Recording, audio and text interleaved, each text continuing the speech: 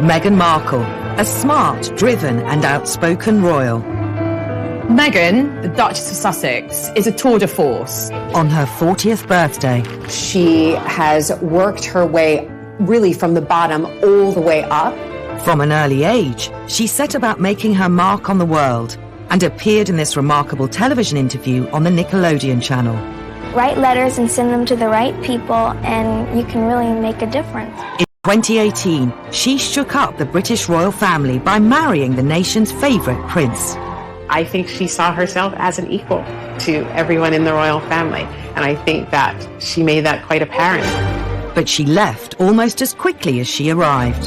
She thought, I really don't think I want to keep doing this if it has to be done in the way the royal family want me to do it. Famously, Meghan has not been afraid to speak her truth. She found that she was constrained by traditional royal protocol, and it was made out that she was this very difficult figure behind closed doors. Critics believe she's turned Prince Harry against his family, and that history is repeating itself. Immediately, comparisons began to be made with Wallis Simpson, another American divorcee. Celebrating a milestone birthday on the other side of the Atlantic, what does Meghan's future hold? Meghan has always had political aspirations. In fact, friends have said she always wanted to be in the White House. And how will she come to reflect on the choices that she's made? She thought when she entered the royal family, she could shake them up and they would love it. Saturday, 19th of May, 2018. A glorious day in Windsor, when the nation was united in celebration as American mixed-race divorcee Meghan Markle married Prince Harry and became part of the British royal family. Meghan, being a strong, independent career woman, signalled a new era for the British monarchy.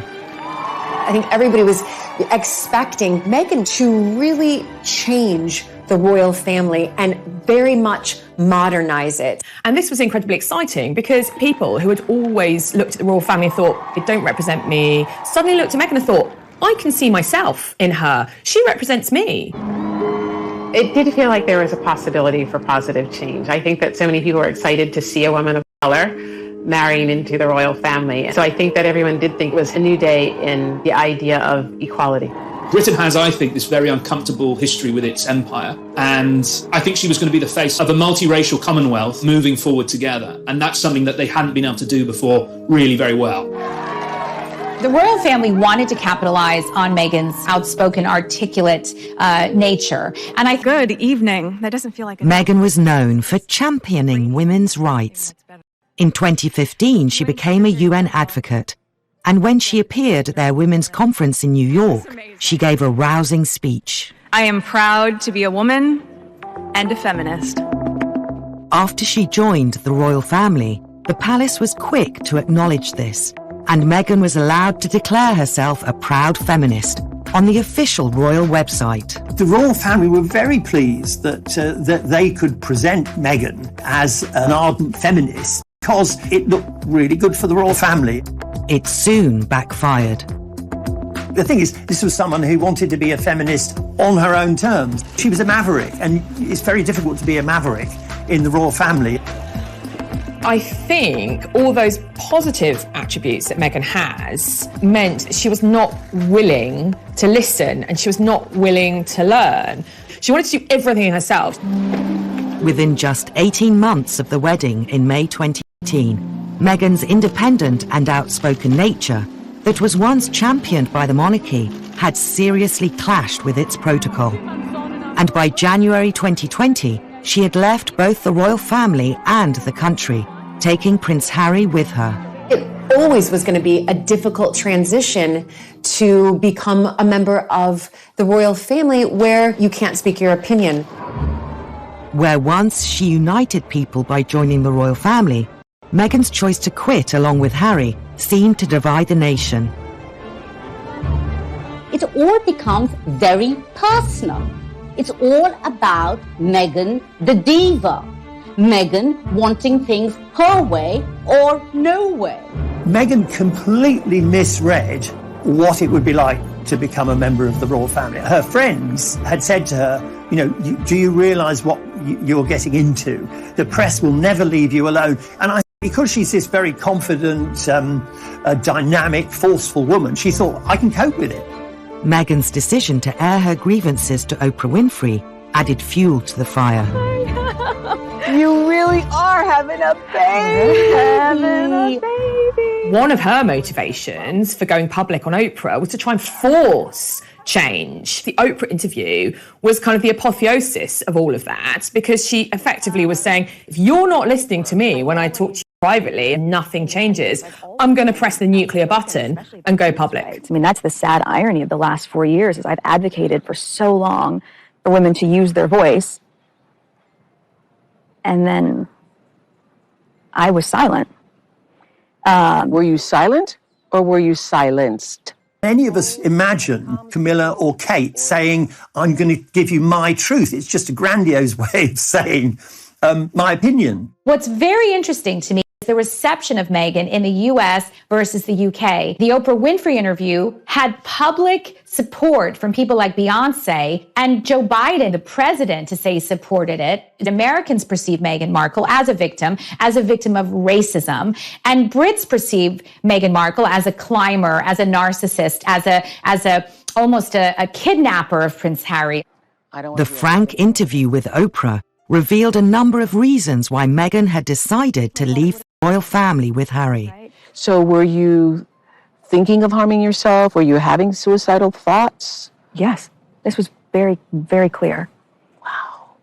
Very clear and very scary. And, I didn't know who to even turn to in that. When she talked about the fact that she had suicidal ideations, the pressure had got so bad that she felt she couldn't go on anymore. When she was pregnant with her firstborn child, I mean, that's just horrendous, to be in that place where you just feel you cannot go on anymore. I felt very, very sorry for her. I think that she felt it was an opportunity for her to not only share that with the world, but perhaps her hopes were that the royal family was also listening. I think she was hoping for an apology. I think she was hoping they would phone and say, look, I'm really sorry. We now see that we pushed you too far. We should have behaved differently. We should have sat down as a family and discussed your mental health issues. I think she was horrified afterwards that the reaction was so negative from the family and that they didn't respond in the way that she wanted. The interview with Oprah seemed to leave little room for reconciliation with the royals. I think the amount that you expose yourself, people think of you as calculated. And being calculated, particularly in the position she's in, is not necessarily, I think, a bad thing. Opening these conversations, having this discussion, I think the royal family has had a wake-up call. Certainly it's going to change the way things are done in future. I can be absolutely assured that the next time someone within the family has a mental health crisis, they will have everyone's attention. Turning 40 is a landmark for Meghan, as she capitalizes on her freedom to voice her truth, uncoupled from royal protocol. But her determination to speak out was forged at an early age, when she took on one of America's corporate giants. Perhaps this was always a sign that Meghan would be a very different kind of royal. Gloves are coming off. Women are fighting greasy pots and pans with Ivory Clear. 11-year-old Meghan was alarmed when she saw this. She was like, hang on a sec, that's not fair. Men do the washing up too. For Meghan, that was so significant.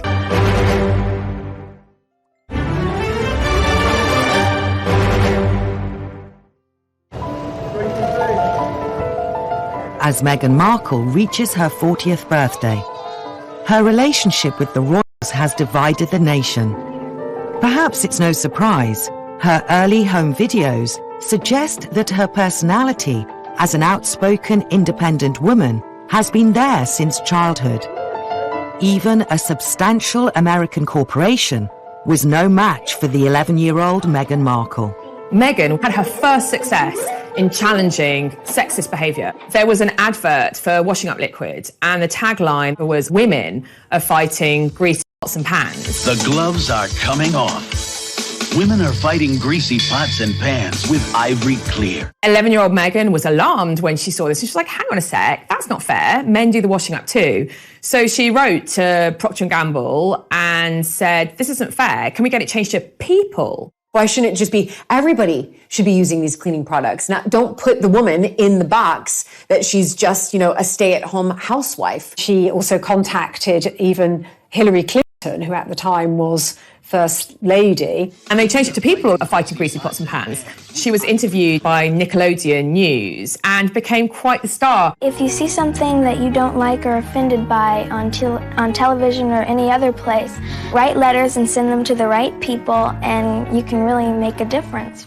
You can kind of see her, like, the first kind of taste for stardom, maybe. I mean, although you look at her and she's just such a really serious, solemn schoolgirl who was standing up for what she thought was right. And I think that shaped a young Meghan to become the woman that she is now, someone who is used to getting what she wants, someone who is used to speaking out for what's wrong and speaking up for what's right. For Meghan, that was so significant. She thought, I'm a little girl, nobody knows who I am, and the world has changed as a result of my actions. That has stamped her for life. Meghan was born Rachel Meghan Markle on the 4th of August, 1981. And she grew up in Los Angeles with her mother Doria and father Thomas. Both parents were influential in moulding Meghan into the determined woman she is today. But it was her mother who had the most impact. Doria was quite free-spirited, was also a very practiced yoga teacher, as well as a social worker. And so that kind of ethos of helping others was manifest from Meghan in an early age. Doria pushed this idea from Meghan's earliest years that you can do, if you believe in yourself and you work hard and you're really determined, you can do whatever you want. Principle for Meghan's whole life. But the American dream of being able to achieve anything you want is not top of the priority list for the British royal family, which brought Meghan into conflict with them. You can't really be anything you want to be or do anything you want to do or say anything you want to say. Your duty is to the Queen. And I think that's very difficult for somebody like Meghan to switch that American dream, if you like, off and be told, right, so now you just have to do what we say. Difficult. As she grew older, Meghan's nature was shaped more and more by her experiences of the world. When she's growing up, she's also exposed to international issues of poverty and deprivation. Her mother takes her, for instance, to Jamaica and to Mexico when she's still quite young. And there, Meghan sees for herself the poverty on the streets, the inequality. I think she began very quickly to think, I can do a lot of good. All Meghan's talk about wanting to help the underprivileged stems from these trips around the world where she saw the underprivileged at a very impressionable age. She also volunteered at a soup kitchen in Los Angeles, and Doria brought her daughter up to always ask what she could do for other people. Rather remarkable in terms of her devotion to public causes, what she thinks is wrong. And from a very young age, she's encouraged to stand up for her beliefs. Her father, Thomas Markle, worked in the TV business and was a successful lighting director on the Emmy Award-winning sitcom Married with Children. It was Thomas who encouraged Meghan to take up acting, and she was an extra in this episode set at a school disco. Hey, listen, Kelly gets that jeans gig and we'll call it even. Nah, it's okay.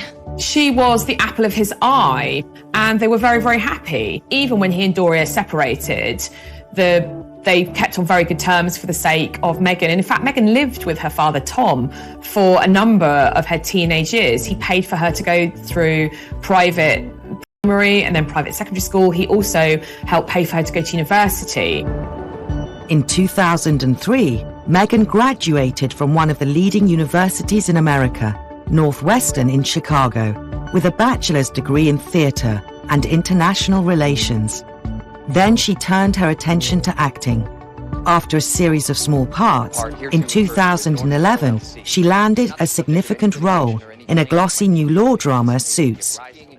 Her character, Rachel Zane, featured in the first 7 seasons of the show, which went on to take control of everything she did.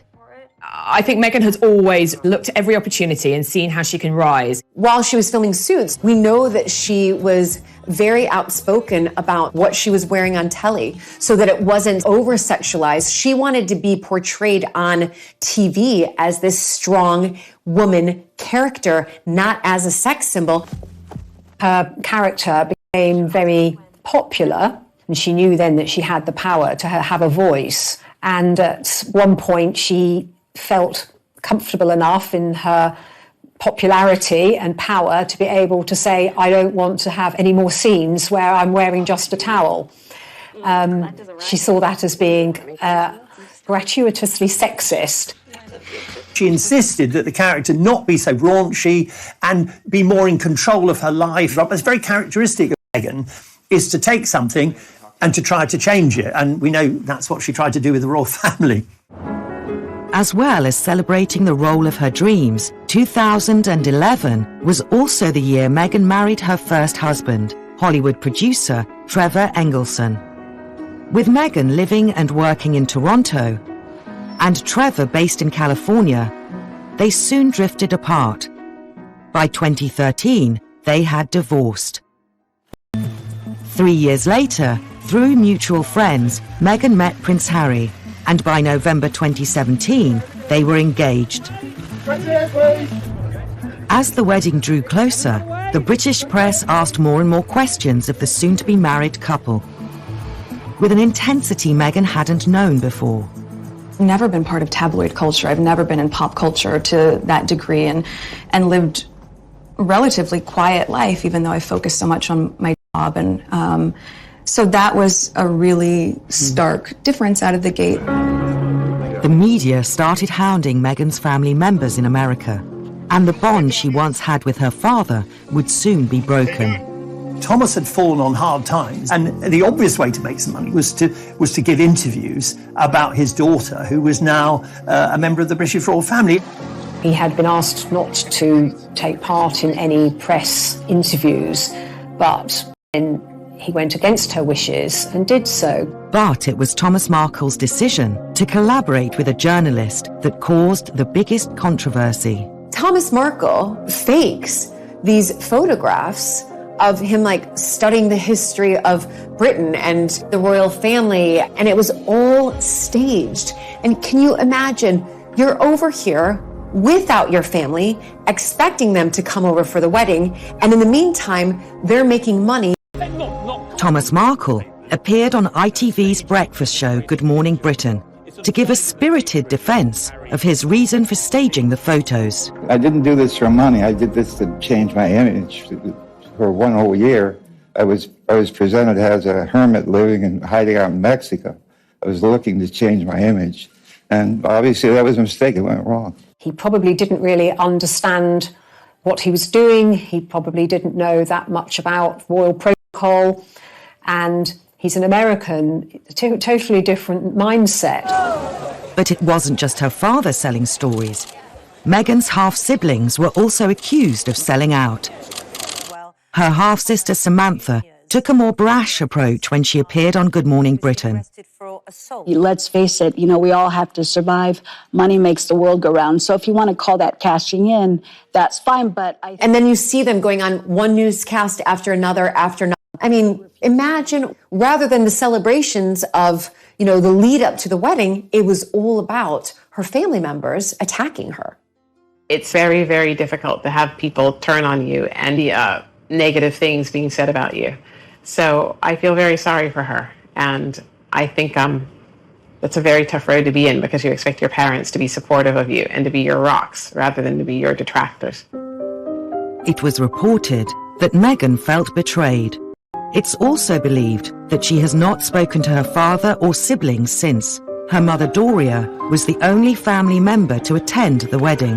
Harry famously said, now she has the family she never had, which caused great upset with the Markles at the time, not surprisingly.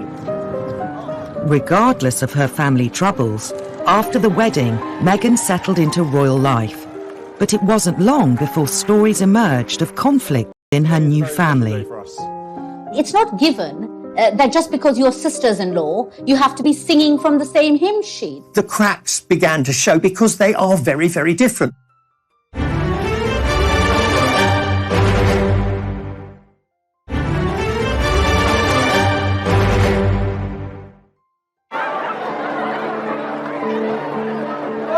Meghan Markle is celebrating her 40th birthday.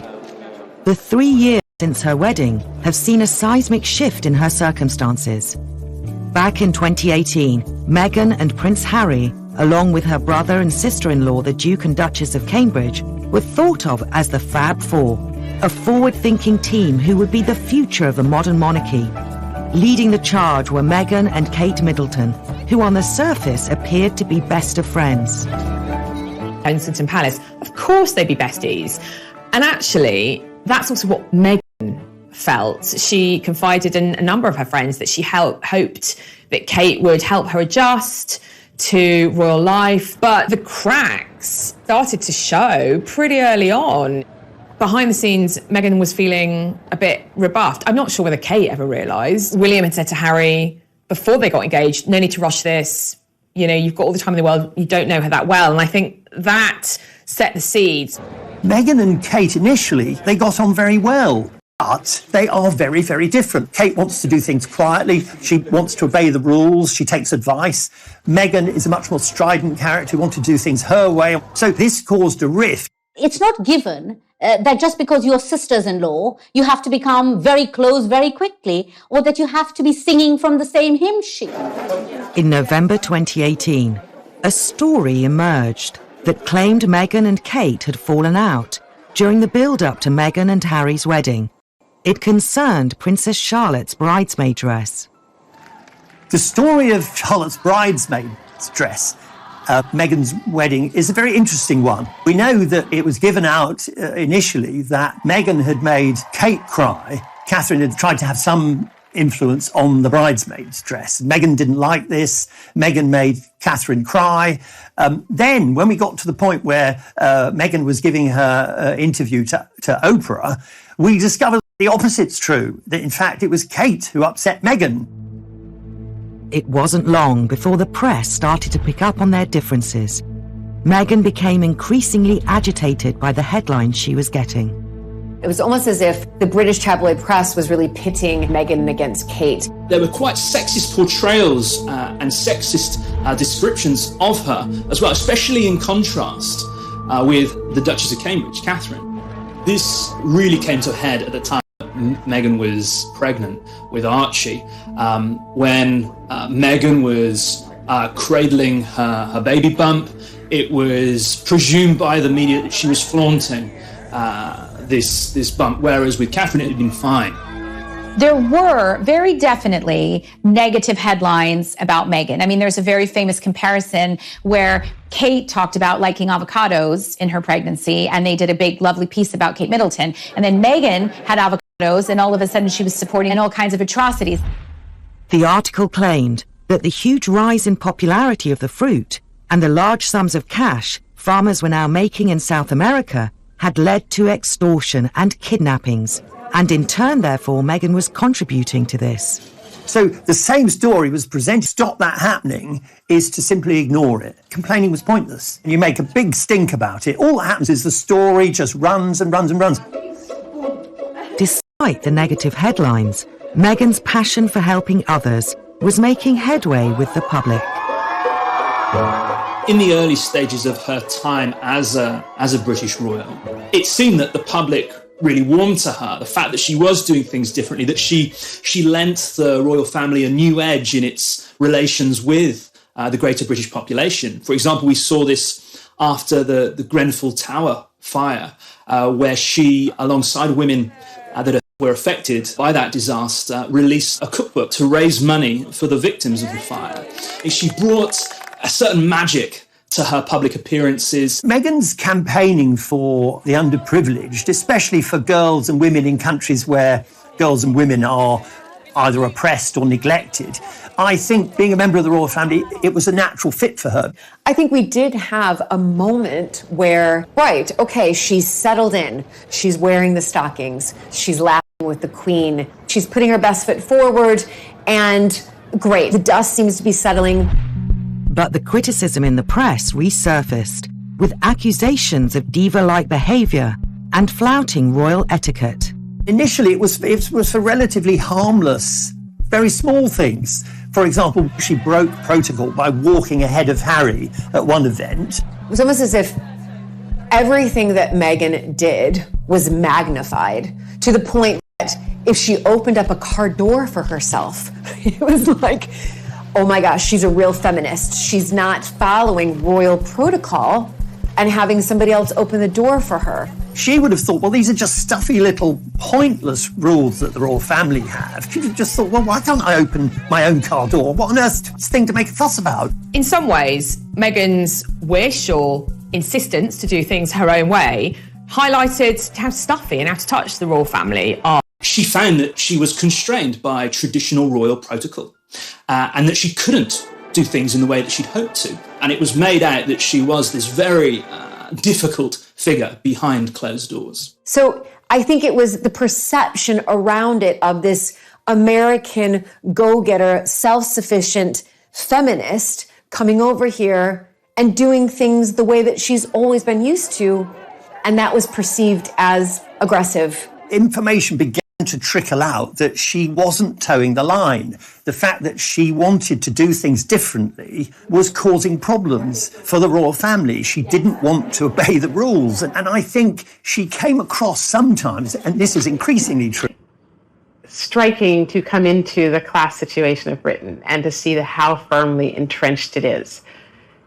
And I imagine that it must have been quite shocking for Meghan because I think as a black woman, you don't think anyone is above your station.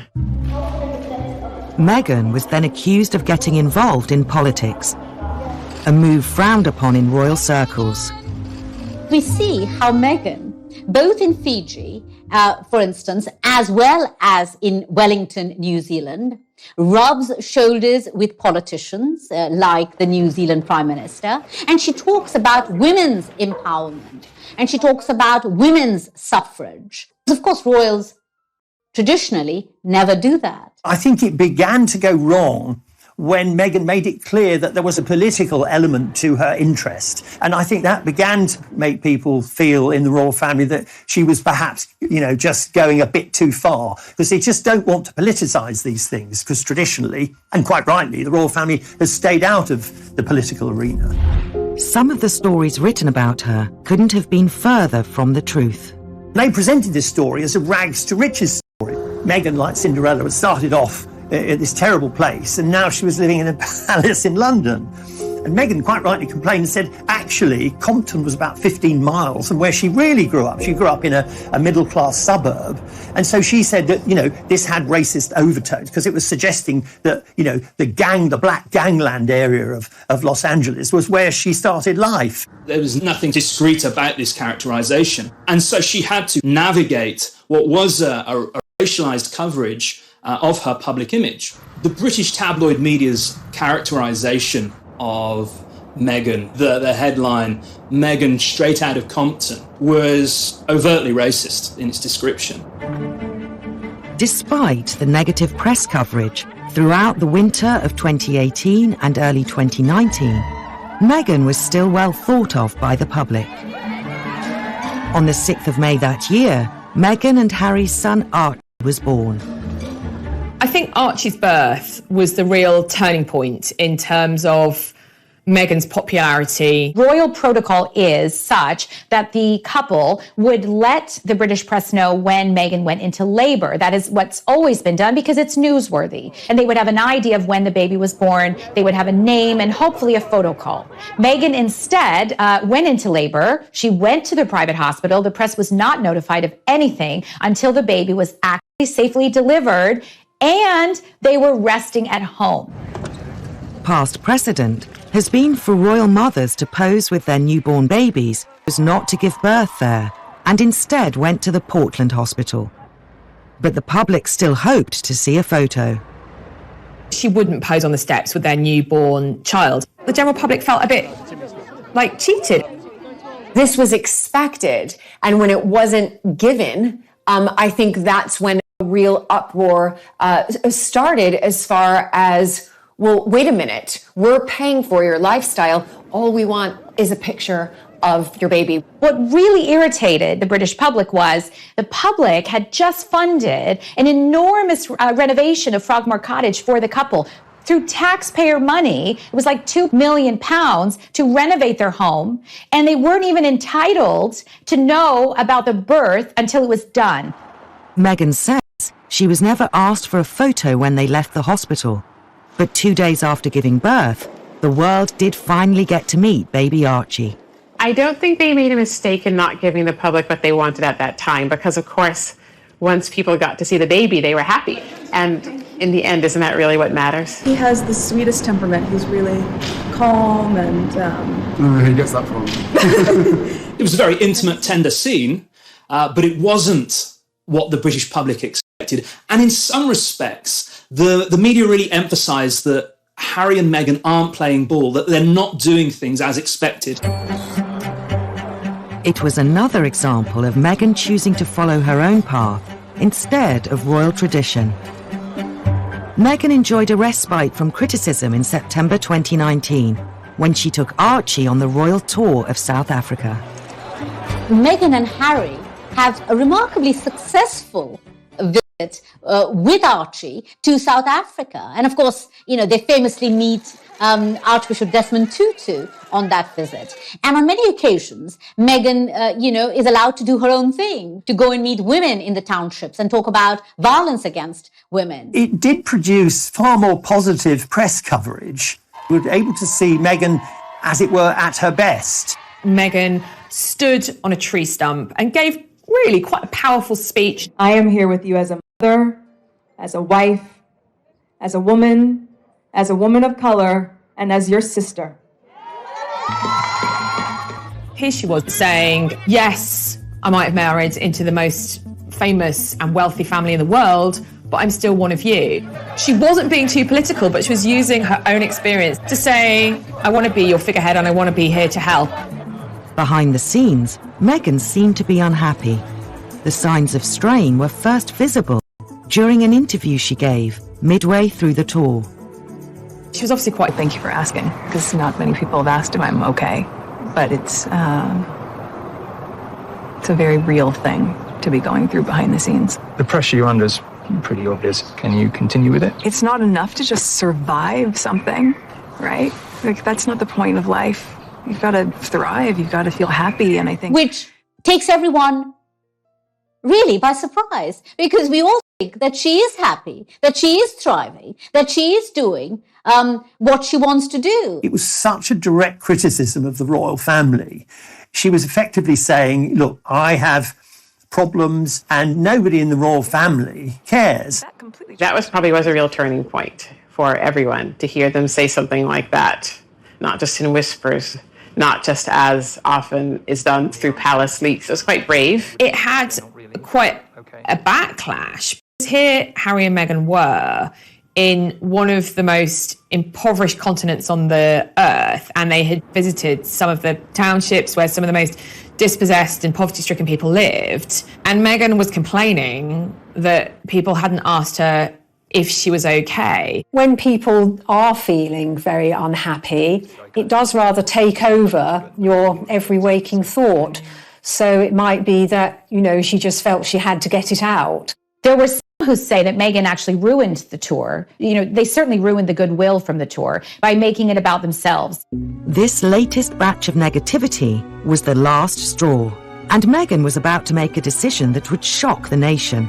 She thought, I really don't think I want to keep doing this if it has to be done in the way the royal family want me to do it. She realized, I have to leave here. And they go to Canada.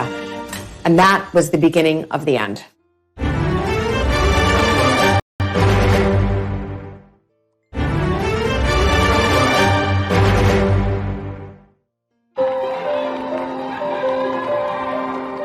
When it became clear that Meghan's personality might not be compatible with the British royal family, her only option seemed to be a break with tradition. This wasn't the first time an American divorcee rocked the British monarchy by seeming to steal away a beloved royal. The appearance of Wallis Simpson on the arm of King Edward VIII in the 1930s led to his abdication, as he chose love over duty. Royal watchers believe that Meghan's relationship with Harry could be a case of history repeating itself. When an American divorcee arrived on the royal scene in the 21st century, immediately comparisons began to be made with Wallis Simpson, another American twice divorced by the time she married Edward VIII. And Wallis Mrs. Simpson became notorious as the femme fatale who swooped in and deprived the nation of a popular king. Is it fair to compare her with Meghan, or are the only parallels their nationality and marital status? Both women were very strong-minded, and both women had the unadulterated adoration of their husbands. They had this distinctive modern style, which sort of sets them apart from other members of the royal family. And, most of all, it's clear that in the case of Harry and in the case of Edward VIII, these British royals have fallen desperately in love with these American women. There's a real sort of storm of interest around the two relationships, partly because of this sort of dynamic quality to them. Mrs. Simpson was a strong, dominant woman who gave Edward VIII everything his mother hadn't given him. He was vulnerable just as Harry's vulnerable. If a man who's not very decisive meets a very decisive woman, or the other way round, they often get on very well because one makes the decisions and the other one goes along with it. So Meghan and Harry, they work because Harry is quite a vulnerable person. He's only lived in this gilded cage. He's not very worldly. Meghan makes things happen. Meghan makes the decisions. Even Harry said, famously, what Meghan wants, Meghan gets. That's, as it were, coming from the horse's mouth. As Wallis Simpson had learned to her cost decades earlier, the British don't always warm to an outsider who causes disruption in the royal household. Edward was British property, if you like, and Harry was also seen as British property. Anybody foreign coming along and stealing them away is bound to be viewed with suspicion. However easy it is to compare Wallis and Meghan, their personalities and ambitions seem vastly different. Certainly British history has always depicted Wallis Simpson as the villainess, the American who spirited away the king, who gave up his kingship for love. What a mistake he made. Was he ever happy? You know, outcast from his friends, from his family. I mean, he came back to the UK a couple of times, but I don't think Wallis ever was allowed to darken the shores of England ever again. And so inevitably there's a rather simplistic and cliched wish to shoehorn Meghan into that same role. Wallis Simpson seemed not to have drive to be anything other than rich and famous. And I feel that Meghan wanted to work. She's wanted to work, she wanted to have a career, and she has adapted her career to suit her skills, her talents, and also the position that she's in, which I think is evidence of her respect for her husband's family. She's some of the things that she's done and some of the things she's believed in a way that would be respectful of her husband's family, which I think is extremely admirable. While Wallis and Edward were effectively sent into exile by the royal family, in 2020, Meghan and Harry took control of their own lives and relocated to Vancouver. The move shocked not only the media but also the royal family. Initially, the Sussexes shared the same ambition as Edward, to pursue royal duties while living away from Britain. Originally, Edward had wanted to have a more dynamic role as a representative of the royal family abroad, living in the USA or living in Europe, but his brother, George VI, the new king, and the king's courtiers denied him that more dynamic role. Occasionally he'd pop back up, he'd write a series of newspaper articles talking about his earlier life, talking about the abdication crisis. That made him a bit of money, and then he sort of disappeared again. In the case of Harry and Meghan, they now exist on the periphery of the wider royal family, and yet they've embraced new dynamic roles. They want to do things for themselves. They want to make their own money. They want to embrace new philanthropic opportunities and promote new causes. At first, moving to Canada seemed perfect.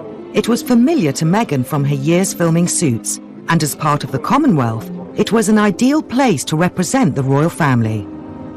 One of the reasons that Meghan and Harry first went to Canada is because it's a Commonwealth country. And remember, when they were in Canada, this is when the negotiations were starting. Right, we're in a Commonwealth country. We want to make this work. We want our privacy, but at the same time, we want to become financially independent. But we can still serve the Queen and do our duty to the Queen by staying in a Commonwealth country. And I think that they thought they must have had a good shot at it. It was given out that, they wanted to protect Archie from presumably press, from all the tensions in the family and from press intrusion. But I think to royal watchers, it looked very much like a temporary arrangement and something that hadn't been thought out. I think they had reached a point where they had decided that being a royal wasn't going to really work. They wanted to get away from the press intrusion. Now he had a child, he was determined that he was going to protect his son and also his wife. And obviously it was a joint decision for them to go. They went to Canada to decide what they were going to do next. The press dubbed the move as Megxit and seemed keen to lay the blame for the couple's departure at Meghan's door. Meghan was portrayed. It was all her decision. She was forcing Harry to do that. That was massively simplistic. It was a decision taken by both of them. She was offering him a better way of doing things, a different way of doing things. And he decided that for the future of his family, he would take that with both hands and run with it. So I think it's massively sexist, actually, to blame this all on Meghan. The seeds were already there. Harry wanted out. Meghan just gave him the reason and the mechanism for doing it. Megxit. It makes it sound like she is the reason that they exited. Look at the name, Megxit. But we know from, speeches that Harry has given, he has said, and very adamantly, I made the decision for my wife and son to leave. I made the decision for them. While the move to Canada was a happy medium between private life and public duty for the Sussexes, the consequences proved to be far from straightforward. When Meghan and Harry went to Canada, there seemed to be a sort of an unholy scrap over what they could call themselves, what they could do. They wanted to be Sussex Royal, because, again, this is an American culture thing coming in via Meghan. She, having crossed the Atlantic to Canada, began to think, look, we've got to be a brand, that terrible word that the royal family would always think, oh my God, they're talking about brands, it's awful.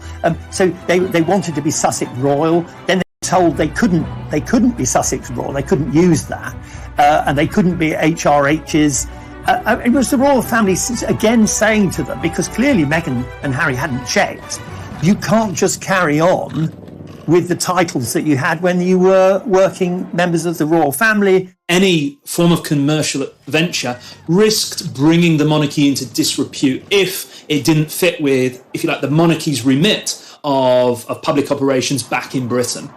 So I think Harry and Meghan wanted to exercise more freedom. Their way of doing that was moving away from Britain, moving away from the royal family, essentially resigning from the firm. I think when they went to Canada and they discovered the Canadians didn't want to pay for their security and the Duchy of Lancaster didn't want to pay while they were there, I think they were both upset and astonished. And when Meghan and Harry gave the impression that they were hard done by, again, this produced a lot of negative press coverage because, they have a great deal of money. Apart from not being given the security, they had to repay several million for the refurbishment of Frogmore Cottage, where obviously that had been paid by the taxpayer, so suddenly they had to pay that. And I don't think they... Meghan made with Harry to retain their royal status while enjoying personal freedom. They hadn't reckoned on the Queen's strict devotion to the rules. Being half in and half out of the royal family would never be an option. We've seen it time and time again in the royal family. It's difficult to have love and duty work simultaneously together, right? Very, very difficult. And I think, obviously, that is what Harry and Meghan wanted in their negotiations with the Queen, was this love and duty sort of synergy. We can make it work. And the Queen put her foot down and said, no, it's either love and you step down, or it's duty and you stay on. Having failed to find an ongoing royal role, the next logical step for Meghan was to return to her Californian roots and take control of her destiny. Yet her next move with Harry caused an outcry almost never seen in the history of the monarchy. Some people might wonder whether or not Meghan may live to regret all of the revelations in the Oprah interview. Oprah herself said later she was surprised that Meghan said some of the things that she did.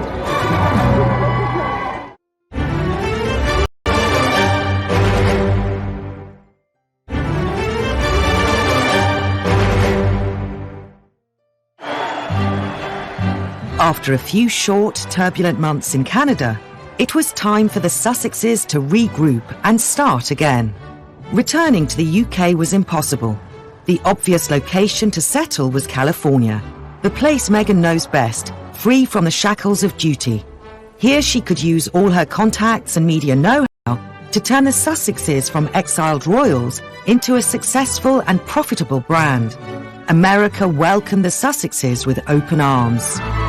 There's this very determined, forceful woman who wants to make as big a splash and probably make as much money as possible as soon as she can. And so it's easier to do that in California with her connections than it would have been to do it in Canada. Also, I think the press reaction in America to this was that Meghan's come home, she's been badly treated by the British royal family. I think she's got a lot, it's a much more positive coverage, not universally so. I think some sections of American society thought she couldn't hack it, and that's why she's gone back. So I think it's a slightly mixed picture.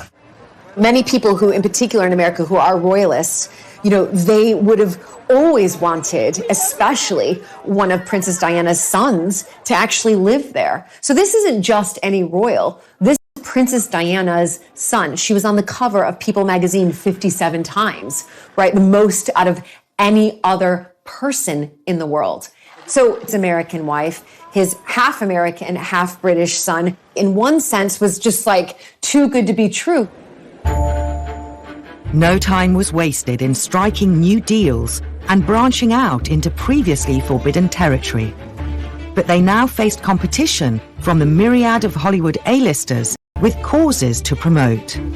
So Meghan and Harry have been busy since they moved to California. They've struck a number of deals. We know Netflix, they had a podcast, a deal with Spotify. Meghan's had a children's book released. Harry's taken on a job in mental health, sort of coaching at a big startup in the Silicon Valley. They have done a lot of things. However, none of them will ever have the attention of the world the way, say, their tour of South Africa did, the way, say, their wedding did. They will not be meeting with of state. They will not be having a global platform from which to have a voice. Yes, they have a charitable foundation, but so do a lot of celebrities. And they're now celebrities. There is no way that they won't have keenly felt the difference between being a celebrity and being a royal. They're not in the same league. The glare of publicity was still firmly trained on the former royals, at a level far greater than Meghan would have experienced during her acting career. Because of the royal brand, they can get all these multi-million-dollar deals. But the problem with that is that they have to keep reminding everyone that they're royal. And to do so, that means giving more and more away. They have to talk about more private moments. Harry and Meghan have consistently argued that they don't have sufficient privacy, that their lives are difficult and burdensome because of the glare of the media's limelight. Then they go to the US. This narrative continues until they suddenly open up about everything by agreeing to an interview with Oprah Winfrey. And suddenly this idea of privacy completely goes out of the window. They are instead opening up very publicly, in the most public of fora, knowing that millions of people around the world are going to tune in to see and get a glimpse of the inside story behind Harry and Meghan's separation from the House of Windsor. Any hope of living a quiet life ended in March 2021. In the now infamous Oprah Winfrey interview, Meghan made shocking claims of being silenced by the royal institution. There was something Oprah said which I found absolutely astonishing in the interview. She asked Meghan, were you silent or were you silenced? Were you told to keep silent? How were you told to handle tabloids or gossip? Were you told to say nothing? Everyone in my world was given very clear directive from the moment the world knew Harry and I were dating. But what I want to say about that is anyone who knows anything about the royal history, all the royals are silenced. None of them can say what they think. They can't go meet some head of state and then later say, I didn't like him. They're all silenced. That's why they're here. That's why they're in power. That's why they never got beheaded. They're all silenced, all of them. So for Meghan to be silenced is no different than how Prince William is silenced. Why is it okay for them not to be able to express an opinion, but not for her? It's difficult to really pinpoint why they did it. But I think one of the main reasons that most people can agree on is that they're angry. They're angry at the royal family and how Meghan was treated. And that's all coming out even after the Oprah interview. You know, some people might wonder whether or not Meghan may live to regret all the revelations in the Oprah interview. Oprah herself said later she was surprised that Meghan said some of the things that she did.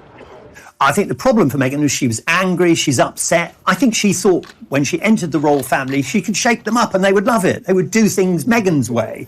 And when that didn't happen, you know, and she came up against what she sees as the forces of reaction, it made her so upset that that interview was her way. And I think it was the only way she could see to get her revenge and put the case as she saw it. I think later on she'll think, you know, I shouldn't have burnt my bridges to that extent.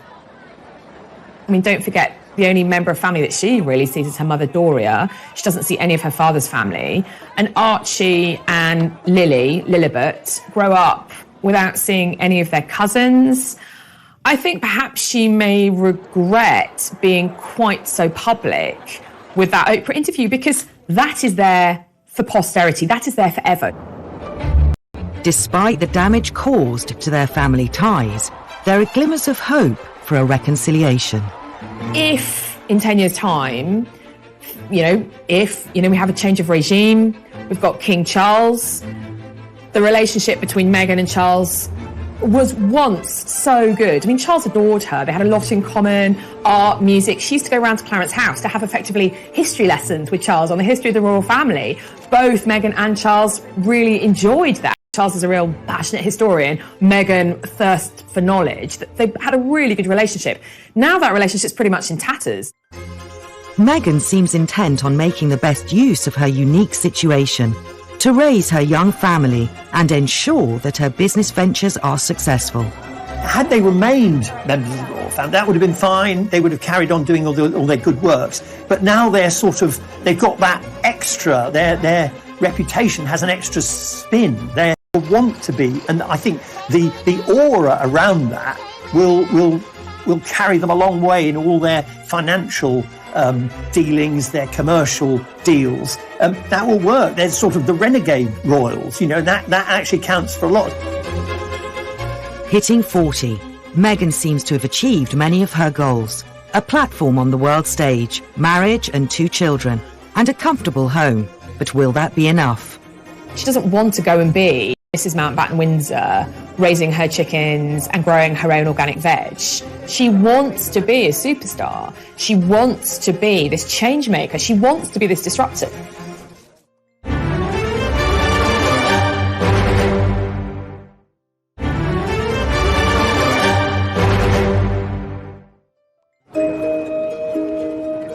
Now 40, Meghan's impact on the way we view the royal family remains a topic of intense scrutiny.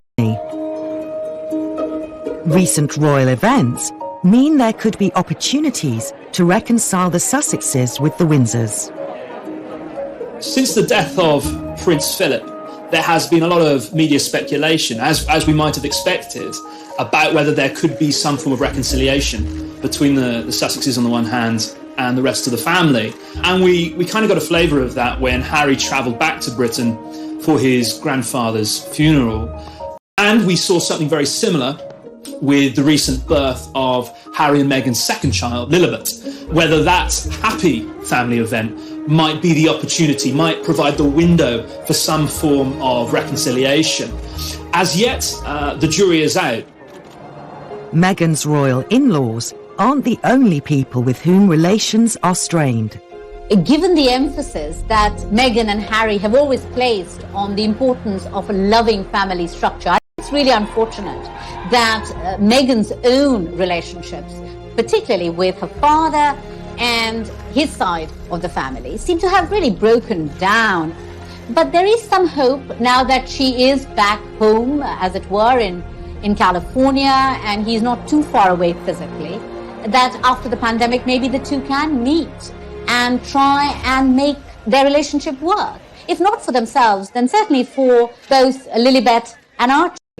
Why wouldn't you want to work on reconciling with your family? Because, you know, at the end of the day, family is, in one sense, it can be your real stability, and it's what we all, at the end of the day, come back to. We do. We always come back to our family. For all of the controversy, a time may come again when, rather than the villainess of the story, Meghan will continually be, in some sections of the public consciousness and the media, be portrayed as this kind of villain who has taken Harry away. I personally think that's too simplistic. I think that Meghan and Harry were very unhappy in their life, and so they wanted to make the change to make a more positive change. I think the problem for Meghan is that they complained about intrusion, about privacy, but actually she didn't want a quiet life. She doesn't want to go and be Mrs. Mountbatten Windsor, raising her chickens and growing her own organic veg. She wants to be a superstar. She wants to be this change maker. She wants to be this disruptor. So to do that, you have to have a very high public profile. And to have that public profile, you have to trade in on those royal connections. And to do that will mean that she will alienate her in-laws even more. There's very little question in my mind that Meghan will be viewed as a villain. What you have to understand is that the British public really loves Harry. They don't want to see Harry as a betrayer. It's far easier to blame this other woman who's a foreigner, but a lot of people still believe that Harry will come back. A lot of people in the UK believe that Meghan and Harry will not be together in 10 years, and Harry will make his way back home.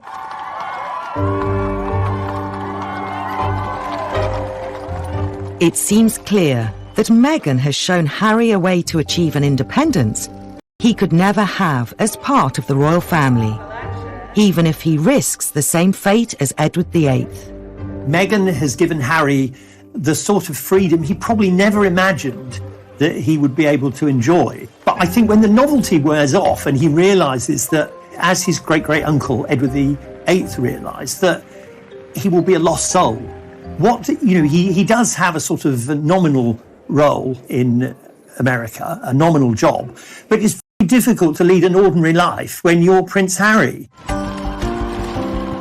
As Meghan turns 40, despite all the criticism, her impact as a modern independent woman during her short time in the royal family is certain to have a lasting legacy.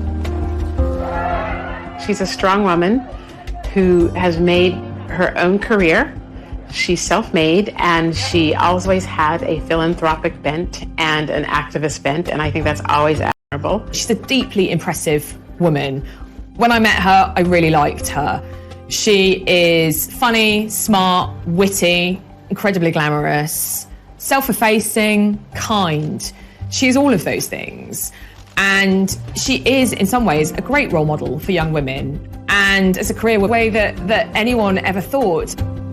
One of the most positive outcomes of this whole Meghan, Harry divorce, as it were, from the royal family could be that the institution of the monarchy now takes a really close, hard look at many of the issues that have been highlighted recently about, the role of women, about being given freedom, about equality, and so on, and also about, of course, race. And perhaps if change needs to be made, now might be the opportunity to begin to do that. Meghan seems destined to continue her path as a force for change. The true extent of her powers remains to be seen, but there seems to be no doubt that the sky is the limit. I think at age 40 that Meghan has what appears from the outside to be an extremely nice life. She has 2 lovely, healthy children. She has a husband who seems to love her and who she seems to love. And she has an organization that she is building that is going to be able to accomplish some of the things that she seems to have been trying to accomplish for all of her life. I think what we're going to see from Meghan for her next act is going to definitely be something political. There were already rumors, there have already been rumors, because she met with California Governor Gavin Newsom not that long ago, that Meghan is considering a run for something in the very near future. Meghan has always had political aspirations. In fact, friends have said she always wanted to be in the White House. She's in her happy environment, an environment she knows really well. I think her determination that goes all the way back to her extraordinary childhood where she was able to persuade a huge company to change its policy. That's carried her through to age 40, and it will carry her through for many more years, because I think she sincerely believes that she can.